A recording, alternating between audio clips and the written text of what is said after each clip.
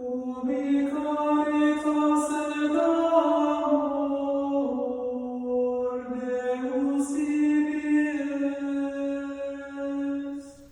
amis, bonjour. Nous continuons à découvrir l'amour de Dieu tel qu'il est révélé par l'apôtre Saint Jean. Et c'est bien en effet de révélation dont j'aimerais qu'on parle aujourd'hui et dont nous parlerons dans les prochains jours. Parce que l'Apocalypse signifie révélation. Ce livre écrit par Saint Jean commence par ces mots. Apocalypse de Jésus-Christ, tel que Dieu lui a confié pour montrer à ses serviteurs ce qui doit bientôt advenir. Cette révélation, il l'a fait savoir à son serviteur Jean.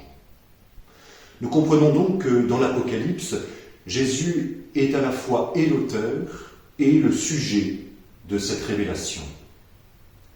Alors, l'apôtre doit transmettre la révélation à ceux qui sont les véritables serviteurs de Dieu, à ceux qui observent le commandement du Christ, celui de la charité.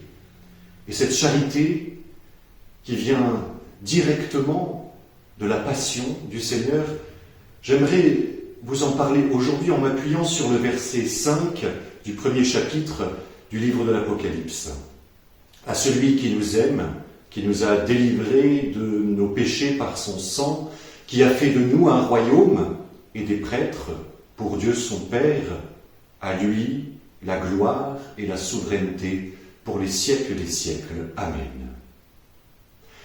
Je crois qu'en effet, nous pouvons dire à l'invitation de Saint Jean, à Jésus, soit la gloire, soit la souveraineté pour tous les siècles, parce qu'il est vraiment celui qui nous aime. Et c'est le titre que ceux que Jésus a rachetés lui donnent. Celui qui nous aime. On n'a peut-être pas vraiment l'habitude d'appeler ainsi le Seigneur dans notre prière. Mon Dieu, vous êtes celui qui m'aimait. Et pourtant, c'est ce que Saint Jean fait. C'est ainsi qu'il l'appelle. Eh bien, que Saint Jean soit un pécheur, lui-même comme chacun de nous, il peut nous offrir la raison de l'amour de Jésus pour nous. Il est celui qui nous a délivrés du péché par son sang. Voilà, chers amis, comment Jésus nous aime. En donnant sa vie.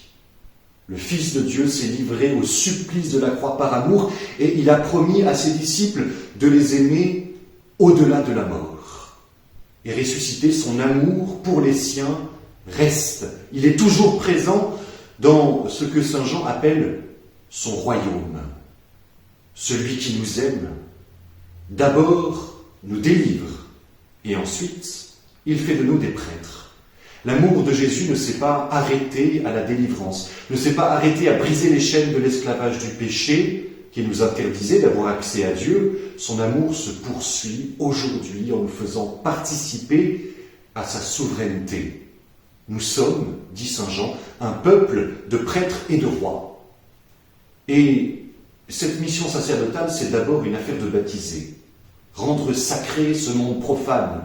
Lumen Gentium, au numéro 34, dit en effet, par toutes leurs activités, leurs prières, leur entreprise apostolique, leur vie familiale, leur labeur de chaque jour, même leur détente d'esprit et de corps, si elles sont vécues dans l'Esprit de Dieu, même dans les épreuves de la vie, tout cela, tout devient offrande spirituelle, agréable à Dieu par Jésus-Christ. Et tout cela, dans la célébration eucharistique, rejoint l'offrande du corps de Jésus pour être offert en toute piété au Père. Et Lumen Gentium continue, c'est ainsi que les laïcs consacrent à Dieu le monde lui-même, rendant partout à Dieu, par la sainteté de leur vie, un culte d'adoration. Il en va de même pour notre mission de roi.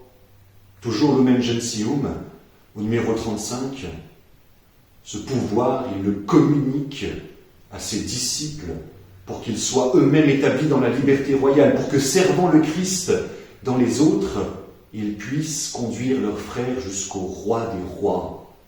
En effet, poursuit Lumen Gentium, le Seigneur désire étendre son règne qui est règne de vérité, de sainteté, de grâce, de justice, d'amour et de paix, ce règne où la création elle-même sera affranchie de l'esclavage de la corruption pour connaître la liberté glorieuse des fils de Dieu. Voilà, chers amis, ce que celui qui nous aime fait pour nous.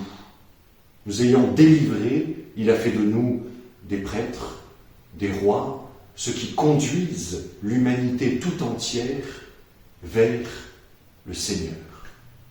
Bon dimanche à tous.